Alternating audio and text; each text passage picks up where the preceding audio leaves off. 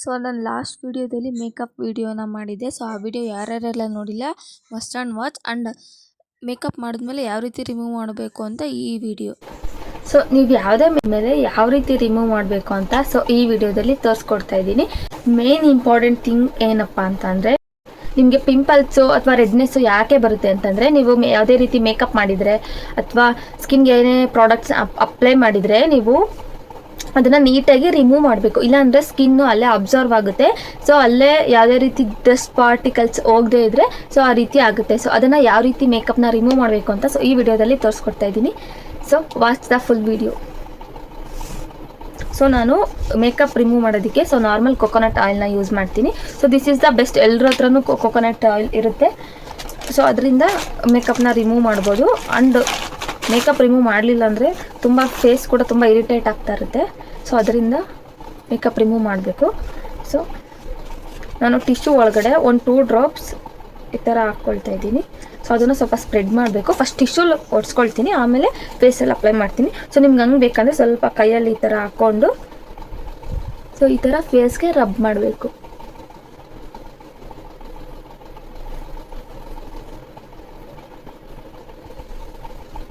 So ನಿಮ್ಮದು ಯಾವುದೇ ರೀತಿ ಮೇಕಪ್ ಇದ್ದರೆ ಈಸಿಯಾಗಿ ಹೊರಟೋಗುತ್ತೆ. ಅಥವಾ ಮೇಕಪ್ ರಿಮೂವರೇ ಒಂದು ಸ್ಪ್ರೇ ಇರುತ್ತೆ. ಸೊ ಆ ಸ್ಪ್ರೇಯನ್ನು ಯೂಸ್ ಮಾಡಿಕೊಂಡು ಕೂಡ ನೀವು ರಿಮೂವ್ ಮಾಡ್ಬೋದು. So this is the easy way. ಎಲ್ಲರ ಹತ್ರನೂ ಇರುತ್ತೆ. ಸೊ ಇದರಿಂದ ಯೂಸ್ ಮಾಡ್ಬೋದು. ಸೊ ಎಷ್ಟು ಈಸಿಯಾಗಿ ರಿಮೂವ್ ಆಗ್ತಿದೆ. ಆ್ಯಂಡ್ ತುಂಬ ಪ್ರೆಸ್ ಮಾಡಿ ಕೂಡ ಮೇಕಪ್ನ ರಿಮೂವ್ ಮಾಡಬಾರ್ದು. ಯಾಕಂದರೆ ಸ್ಕಿನ್ಗೆ ಎಲ್ಲ ಪ್ರಾಡಕ್ಟ್ಸ್ನ ಯೂಸ್ ಮಾಡಿರ್ತೀವಲ್ಲ, ಸೊ ಅದು ಮತ್ತು ಸ್ಕಿನ್ಗೆ ಎಫೆಕ್ಟ್ ಆಗುತ್ತೆ.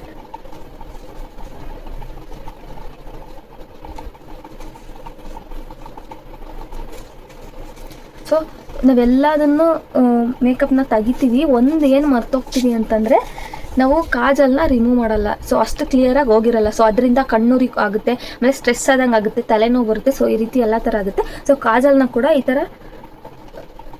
ತೆಗಿಬೇಕು. ಸೊ ಈ ರೀತಿ ಸ್ವೈಪ್ ಮಾಡಿದ್ರೆ ಸೊ ಅಲ್ಲಿರೋ ಎಲ್ಲ ಕಾಜಲ್ಸ್ ಈ ಟಿಶ್ಯೂಲಿ ಬಂದುಬಿಡುತ್ತೆ. ಅಥವಾ ನೀವು ಯಾವುದಾದ್ರೂ ಕ್ಲಾತ್ ತೊಗೊಂಡು ಕೂಡ ಯೂಸ್ ಮಾಡ್ಬೋದು. ಸೊ ಇಲ್ಲಿ ಕಾಜಲ್ ಎಷ್ಟು ಸ್ಪ್ರೆಡ್ ಆಗಿದೆ ಸೊ ಅದೆಲ್ಲ ನೀಟಾಗಿ ಬರುತ್ತೆ. ಕಣ್ಣೊಳಗಡೆ ಅಷ್ಟೇ, ಮೇಯ್ನ್ ಕಣ್ಣಲ್ವಾ. ಸೊ ನೀಟಾಗಿ ನಾವೆಲ್ಲ ರಿಮೂವ್ ಮಾಡ್ಕೋಬೇಕು. ಆಮೇಲೆ ಎಲ್ಲ ಸ್ಪೆಕ್ಟಿಕಲ್ ಹಾಕೊಂಡು ಕುತ್ಕೊಳ್ಬೇಕಾಗುತ್ತೆ ಅಷ್ಟೇ. ಕಣ್ಣುರಿ, ಕಣ್ಣು ಕಾಣಿಸಲ್ಲ, ತಲೆನೋವು ಬರುತ್ತೆ ಅಂತ. ಆಲ್ಮೋಸ್ಟ್ ಎಲ್ಲ ನೀಟಾಗಿ ರಿಮೂವ್ ಮಾಡಿಕೊಂಡ್ರೆ ಸೊ ನಮಗೆ ತುಂಬ ಈಸಿ. ಯಾವುದೇ ರೀತಿ ಇರಿಟೇಷನ್ ಆಗಲ್ಲ.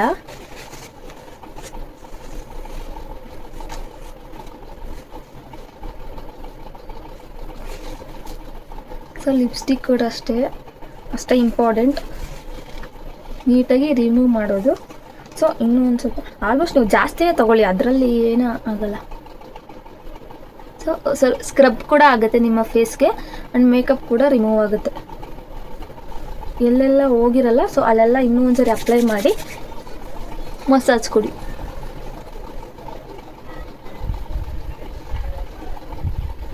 ಮೇಯ್ನ್ ನಮ್ಮ ಐಸ್ ಪಾರ್ಟಲ್ಲಿ ತುಂಬ ಚೆನ್ನಾಗಿ ರಿಮೂವ್ ಮಾಡ್ಕೊಳ್ಳಿ. ಇಲ್ಲಾಂದರೆ ಇರಿಟೇಷನ್ ಆಗ್ತಾ ಇರುತ್ತೆ ಅಥವಾ ಕಣ್ಣು ಉರಿತಾ ಇರುತ್ತೆ. ಸೊ ಅದಕ್ಕೋಸ್ಕರ ನಾನು ತುಂಬ ಕಾಜೆಲ್ಲ ಹಾಕ್ಕೊಳ್ತೀನಿ. ಅದರಿಂದ ನನಗೂ ತುಂಬ ಕಣ್ಣುರಿ ಬರುತ್ತೆ. ಸೊ ಅದರಿಂದ ಯಾವತ್ತೇ ಹಾಕ್ಕೊಂಡ್ರೂ ಕೂಡ ನೀವು ರಿಮೂವ್ ಮಾಡ್ಕೊಳ್ಬೇಕು.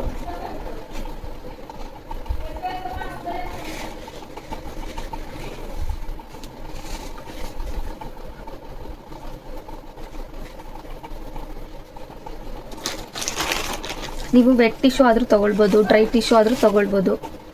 ಸೊ ಆಲ್ಮೋಸ್ಟ್ ಡ್ರೈ ಟಿಶ್ಯೂ ಆದರೆ ತುಂಬ ಈಸಿಯಾಗಿ ಹೋಗುತ್ತೆ. ಕ್ಲಾತು ಅಷ್ಟೇ, ಸುಮ್ಮನೆ ವೇಸ್ಟ್ ಆಗಿಬಿಡುತ್ತೆ.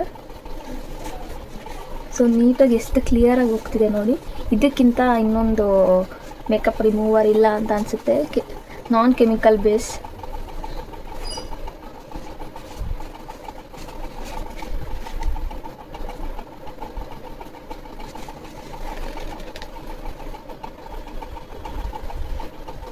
ಸೊ ಈ ಥರ ಸ್ವೈಪ್ ಮಾಡಿದ್ರೆ ಈ ರೀತಿ ಕಾಜಲ್ ಬಂದುಬಿಡುತ್ತೆ. ಒಂದು 2 to 3 ಟೈಮ್ಸ್ ಈ ರೀತಿ ಮಾಡಿದ್ರೆ ಫುಲ್ ನೀವೇನೇ ಹಚ್ಚಿದ್ರೂ ಕೂಡ ಈಸಿಯಾಗಿ ಬರುತ್ತೆ.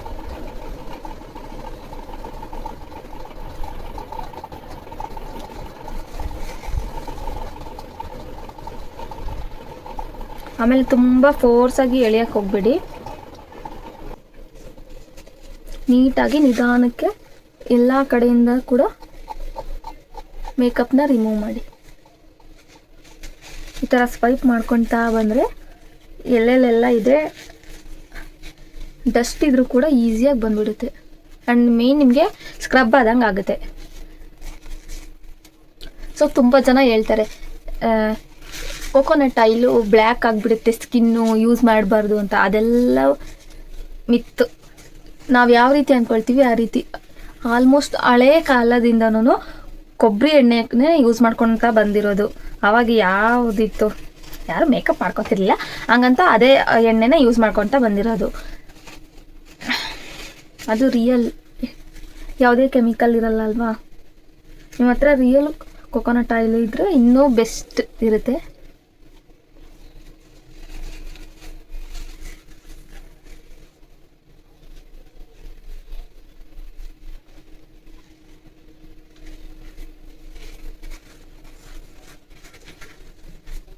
ಆ್ಯಂಡ್ ನೀವು ಕತ್ತಲು ಕೂಡ ಫೌಂಡೇಶನ್ ಹಾಕಿದರೆ ಅಲ್ಲೂ ಕೂಡ ನೀಟಾಗಿ ಒರೆಸ್ಕೊಳ್ಳಿ. ಇಲ್ಲಾಂದರೆ ಅದು ಕೂಡ ಇರಿಟೇಷನ್ ಆಗ್ತಾ ಇರುತ್ತೆ, ಇಚ್ಚಿಂಗ್ ಆಗುತ್ತೆ. ಸೊ ಅದಕ್ಕೆ. ಸೊ ಈಗ ನೀಟಾಗಿ ರಿಮೂವ್ ಆಯಿತು. So see my face. So ಎಲ್ಲೂ ಕೂಡ ಸ್ವಲ್ಪನೂ ಮೇಕಪ್ ಉಳಿದಿಲ್ಲ. ಸೊ ಇದು ಮೇಕಪ್ ರಿಮೂವ್ ಮಾಡೋದು. ಸೊ ಇಷ್ಟೇ ಅಲ್ಲ, ಮೇಕಪ್ ರಿಮೂವ್ ಮಾಡಾದಮೇಲೆ ಸ್ಕಿನ್ನ ಹೀಗೆ ಬಿಡಬಾರ್ದು. ಬಿಕಾಸ್ ನಾವು ಆಲ್ಮೋಸ್ಟ್ ಎಲ್ಲ ಮೇಕಪ್ ಪ್ರಾಡಕ್ಟ್ಸ್ನ ಹಾಕಿರ್ತೀವಿ.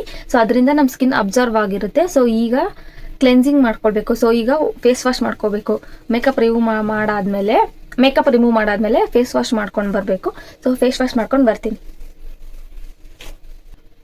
ಸೊ ಈಗ ಫೇಸ್ ವಾಶ್ ಮಾಡಿಕೊಂಡು ನನ್ನ ಫೇಸ್ ಡ್ರೈ ಆಗಿದೆ. ಸೊ ನೀವು ಡ್ರೈ ಟವಲಲ್ಲಿ ಫೇಸ್ ವಾಶ್ ಮಾಡಾದ್ಮೇಲೆ ರಬ್ ಮಾಡಿಬಿಡಿ. ಜಸ್ಟ್ ಟ್ಯಾಪ್ ಈ ಥರ ಮಾಡಿ. ಸೊ ಆವಾಗ ನಿಮ್ಮ ಸ್ಕಿನ್ನು ಯಾವುದೇ ರೀತಿ ಡ್ಯಾಮೇಜ್ ಆಗಲ್ಲ ಆ್ಯಂಡ್ ಪಿಂಪಲ್ಸ್ ಕೂಡ ಬರಲ್ಲ. ಸೊ ಈಗ ನಾರ್ಮಲ್ ನೀವು ಯಾವ್ದು ಮಾಯ್ಶ್ಚರೈಸರ್ ಹಾಕ್ತೀರಾ, ಅದು moisturiser sunscreen main important. So ಎಲ್ಲ ಪ್ರಾಡಕ್ಟ್ಸು ಯೂಸ್ ಮಾಡಿರ್ತೀವಲ್ಲ. ಸೊ ನಾನು ಡರ್ಮಾ ಅವ್ರದ್ದು ಈ ಮಾಯ್ಶ್ಚರೈಸರ್ನ ಯೂಸ್ ಮಾಡ್ತೀನಿ. ಸೊ ಇದು ತುಂಬ ಚೆನ್ನಾಗಿದೆ ಆ್ಯಂಡ್ ಕ್ರೀಮಿ ಟೆಕ್ಸ್ಚರ್ ಇದು. ಇದೇ ರೀತಿ ಮಾಡ್ತೀರಾ ಅಥವಾ ಯಾವ ರೀತಿ ಮಾಡ್ತೀರಾ ಅಂತ ಸೊ ಗೊತ್ತಾಗುತ್ತೆ. ಸೊ ನೀಟಾಗಿ ಮಸಾಜ್ ಕೊಡಿ. ಸೊ ಸ್ಕಿನ್ನು ಎಲ್ಲ ಪ್ರಾಡಕ್ಟ್ಸ್ನು ಕೂಡ ಅಬ್ಸರ್ವ್ ಮಾಡಿರುತ್ತಲ್ಲ. ಸೊ ಹೈಡ್ರೇಟಿಂಗ್ ಆಗಿರಬೇಕು ಯಾವಾಗಲೂ ನಮ್ಮ ಸ್ಕಿನ್ನು. ಆಗಲೇ ಗ್ಲೋಯಿಂಗ್ ಆಗಿ ಕ್ಲಿಯರ್ ಸ್ಕಿನ್ನಾಗಿ ಇರುತ್ತೆ. ನಾವು ಯಾವಾಗ ಡ್ರೈ ಸ್ಕಿನ್ನಾಗಿ ಬಿಟ್ಬಿಡ್ತೀವಿ, ಯಾವುದೇ ಸನ್ಸ್ಕ್ರೀನ್ ಆಗಲಿ ಮಾಯ್ಶ್ಚರೈಸರ್ ಏನೋ ಹಚ್ಚಲ್ಲ. ಸೊ ಆವಾಗ ಎಲ್ಲ ಪ್ರಾಬ್ಲಮ್ಸ್ ಸ್ಟಾರ್ಟ್ ಆಗುತ್ತೆ.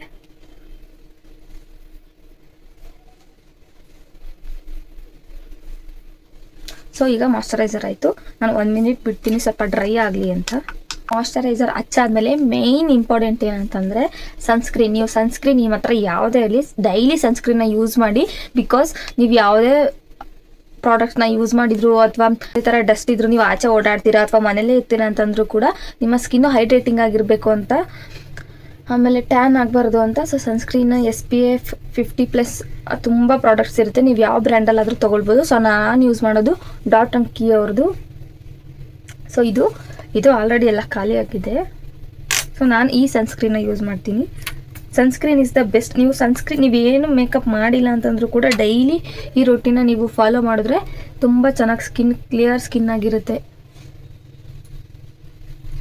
ಸೊ ನೀವು ಯಾವುದೇ ಕ್ರೀಮ್ ಹಚ್ಚಿದ್ರೂ ಕೂಡ ನೀಟಾಗಿ ಬ್ಲೆಂಡ್ ಮಾಡಬೇಕು, ಮಸಾಜ್ ಕೊಡಬೇಕು. ಆಗಲೇ ಸ್ಕಿನ್ ಅದನ್ನು ತೊಗೊಳಕ್ಕೆ ಸಾಧ್ಯ, ಸ್ಕಿನ್ ಪ್ರಿಪೇರ್ ಆಗುತ್ತೆ. ಸೊ ನೀವೇ ನೋಡಿ, ಇದಿನ್ನೂ ಏನು ಅಪ್ಲೈ ಮಾಡಿಲ್ಲ, ಯಾವ ರೀತಿ ಇದೆ. ಸೊ ಇದು ಅಪ್ಲೈ ಮಾಡಿರೋದು ಎಷ್ಟು ನೀಟಾಗಿ ಕಾಣಿಸ್ತಿದೆ ಆ್ಯಂಡ್ ಎಷ್ಟು ಕ್ಲಿಯರಾಗಿ ಕಾಣಿಸ್ತಿದೆ, ಹೈಡ್ರೇಟಿಂಗಾಗಿ ಕಾಣಿಸ್ತಿದೆ. ಸೊ ಅದಕ್ಕೋಸ್ಕರ ನೀವು ಕೂಡ ಸನ್ಸ್ಕ್ರೀನ್ನ ಯೂಸ್ ಮಾಡಿ.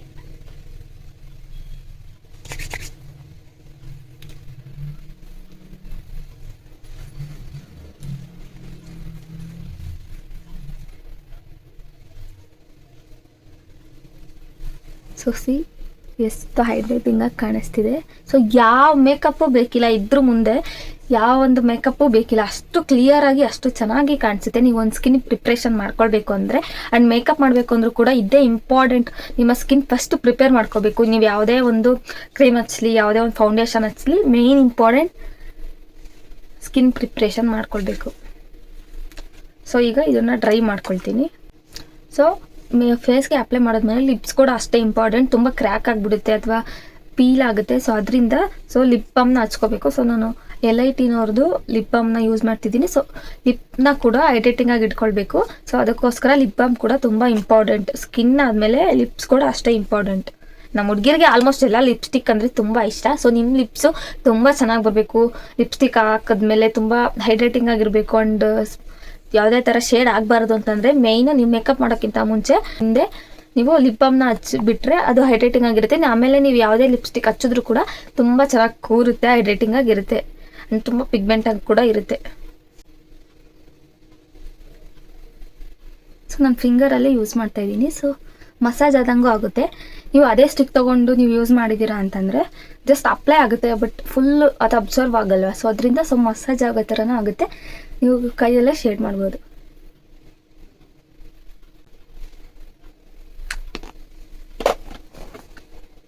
ಸೊ ಎಲ್ಲ ಮೇಕಪ್ ಕೂಡ ಈಸಿಯಾಗಿ ಹೋಗಿದೆ. ಆ್ಯಂಡ್ ಲಿಪ್ ಕೂಡ ಹೈಡ್ರೇಟಿಂಗ್ ಆಗಿದೆ. ಸೊ ಇದೇ ರೀತಿ ಮೇಕಪ್ನ ರಿಮೂವ್ ಮಾಡೋದು. ಸೊ ನಿಮಗೂ ಏನಾದರೂ ಈ ವಿಡಿಯೋ ಇಷ್ಟ ಆಗಿದರೆ ಲೈಕ್ ಮಾಡಿ, ಕಮೆಂಟ್ ಮಾಡಿ, ಶೇರ್ ಮಾಡಿ. ಸೊ ಆ್ಯಂಡ್ ನೆಕ್ಸ್ಟ್ ವಿಡಿಯೋ ಯಾವ್ದು ಬೇಕು ಅಂತ ಕಮೆಂಟ್ ಸೆಕ್ಷನಲ್ಲಿ ತಿಳಿಸಿ.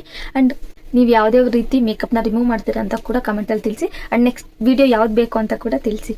ಸೊ ಈ ವಿಡಿಯೋ ಇಷ್ಟ ಆಗಿದೆ ಅಂತ ಅಂದ್ಕೊತೀನಿ. ಸೊ ನೆಕ್ಸ್ಟ್ ವಿಡಿಯೋದಲ್ಲಿ ಸಿಗೋಣ. ಬಾಯ್.